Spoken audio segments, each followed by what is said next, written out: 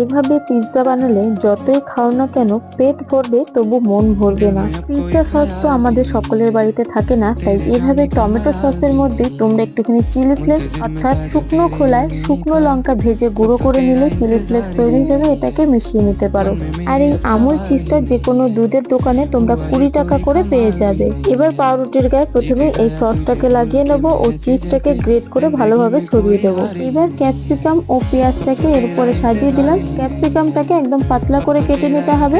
এভাবে সমস্ত পিৎজাগুলোকে তৈরি করে নিলাম। এখানে তোমরা তোমাদের পছন্দ মতো সবজি দিতে পারো। বাকি কিছু পিৎজাতে সস লাগিয়ে তার উপরে সবজিগুলোকে সাজিয়ে দিয়ে এভাবে চিজটাকে ছিঁড়ে ছিঁড়ে টুকরো করে দিয়ে দিয়েছি। এবার তাওয়াতে বাটার লাগিয়ে এই পিৎজাগুলোকে দিয়ে দেবো ও ঢাকা দিয়ে চিজটা গলা পর্যন্ত অপেক্ষা করব। চিজটা গলে গেলে আমাদের ব্রেড পিৎজা তৈরি হয়ে যাবে। এবার এটাকে গরম গরম পরিবেশন করুন। এটা কিন্তু দারুণ হয়, তাই বাড়িতে অবশ্যই একবার এভাবে বানাবেন।